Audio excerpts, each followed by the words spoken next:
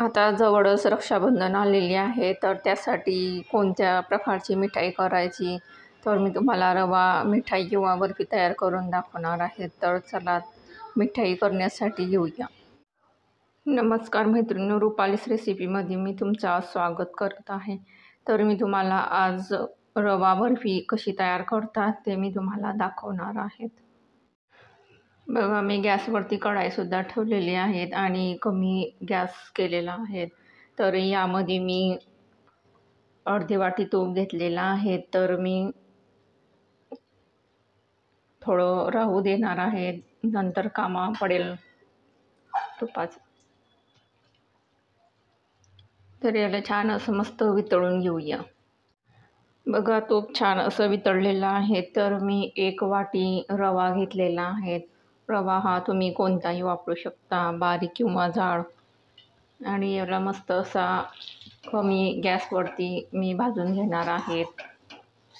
रव्याचा कलर बदलू द्यायचा नाही, जेणेकरून मिठाई किंवा बर्फी ही छान होणार नाही त्यासाठी.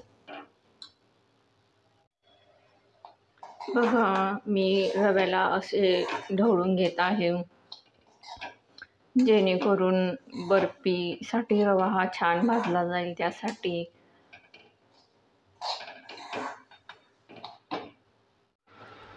बघा, रवा इतपत भाजायचा जेणेकरून रव्याचे हे कच्चेपण निघून जाईल. तोपर्यंत रवा हा कमी गॅसवरती मस्त असा भाजून घ्यायचा.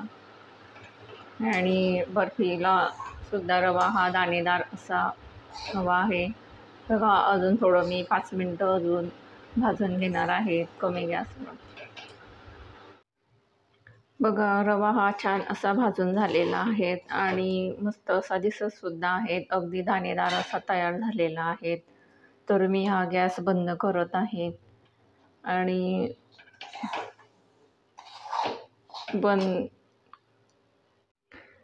बघा, मी गॅससुद्धा बंद केलेला आहे आणि यामध्ये मी घरामध्ये जे आपलं वापरण्याचे दूध असते ते अर्धी वाटी घेतलेली आहेत आणि त्यामध्ये जे दुधावरची साय किंवा मलाई असते ते सुद्धा यामध्ये ॲड करणार आहेत. आणि गॅस बंदच राहू द्यायचा आणि हे दूध आणि रवा हे एकत्र करून घ्यायचं. बघा, यामध्ये दूध आणि साय टाकल्यानंतर मी पूर्ण एकत्र करून घेतलेला आहे. तर बघा, अगदी असे दाणेदार रवा तयार झालेला आहे. तर मी आता साखरचा पाक तयार करून घेणार आहे.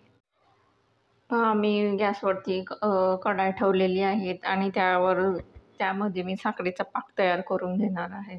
तर 1 वाटी रवा आणि 1 वाटी साखरसुद्धा यामध्ये ॲड केलेली आहे. आणि त्यामध्ये मी अर्धी वाटी पाणीसुद्धा टाकत आहे. तर याची मस्त अशी छान पाक तयार करून घ्यायचा.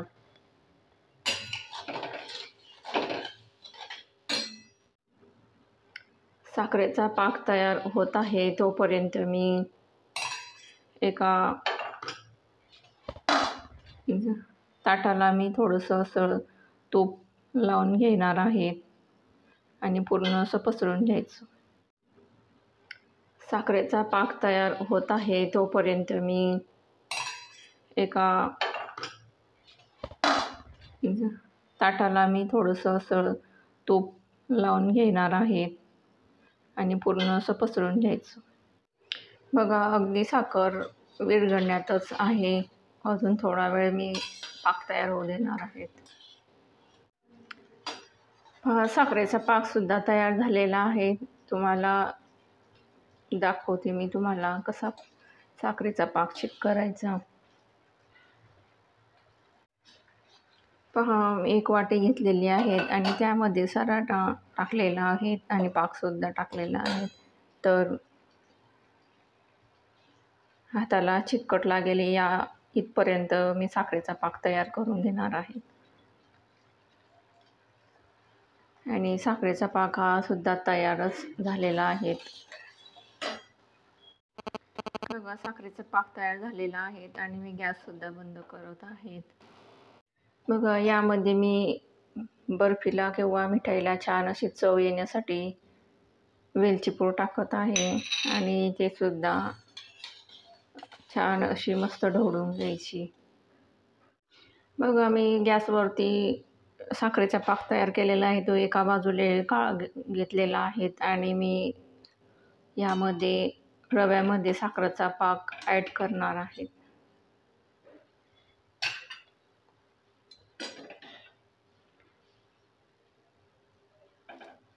अगदी थोडा थोडा करून टाकायचा. तर मी हा पूर्ण पाक यामध्ये टाकून देणार आहे. बघा यामध्ये मी पूर्ण पाक टाकलेला आहे. तुम्हाला कढाईसुद्धा दाखवत आहे. तर गॅससुद्धा मी कमी केलेला आहे. तर कमी गॅसवरती यालासुद्धा मी सतत असं ढवळून घेणार आहे, जोपर्यंत कढाईचं सुटणार नाही तोपर्यंत. बघा मी आधी अर्धी वाटी तूप घेतलेला होते आणि बाकीचे थोडे शिल्लक ठेवलेले होते. तर यासाठी छान चव येण्यासाठी मी हे पूर्ण तूप यामध्ये टाकणार आहे आणि तूप टाकल्यानंतर मस्त असं परत एकजीव करून घ्यायचं. बघा किती मस्त असा गोळा तयार होण्यासाठी तयार झालेला आहे. बघा रवा आणि साखर हे पूर्ण मी एकत्र करून घेतलेला आहे. बघा रव्याचा छान असा गोळा तयार झालेला आहे. तर मी याला या ताटामध्ये टाकून घेणार आहे. या ताटाला मी आधी तूप लावलेलं आहे. बघा मी यामध्ये पूर्ण टाकून घेतलेलं आहे आणि तुम्ही याला असं फैलवून घ्यायचं जेणेकरून आपल्याला मिठाई किंवा बर्फी छान अशी पाडता येईल. बघा मी पूर्ण असं प्रेस करून घेतलेलं आहे आणि यावरती मी काजू आणि बदामचे काप टाकणार आहे. तर काजू बदामचे काप टाकल्यानंतर ही बर्फी किंवा मिठाई अगदी छान अशी लागते खाण्यासाठी. पहा 10 ते 15 मिनटं झालेले आहेत आणि बर्फी किंवा मिठाई हे सेटसुद्धा झालेली आहेत. तर मी याचे काप तयार करून घेणार आहेत.